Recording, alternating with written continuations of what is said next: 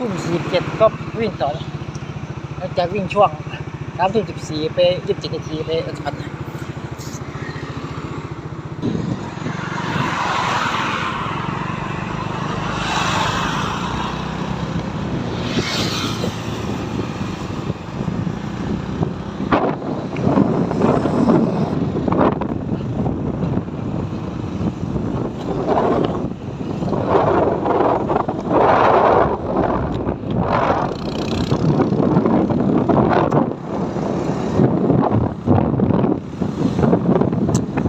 วิ่งต่อ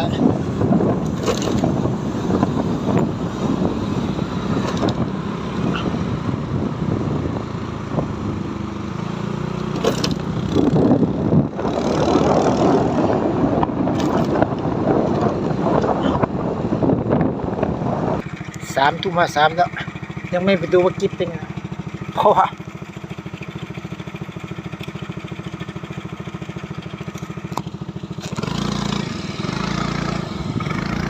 ดึกแล้ว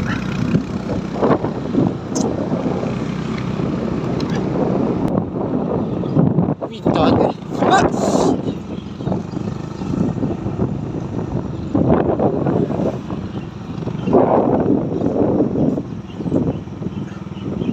น่าจะวิ่งไปตรงไปแล้วกลับไม่กดฟิตัวนี้เคี้ยววิ่งมาแล้วถ้าความฟิตเพิ่มก็ค่อยวิ่งเยอะๆ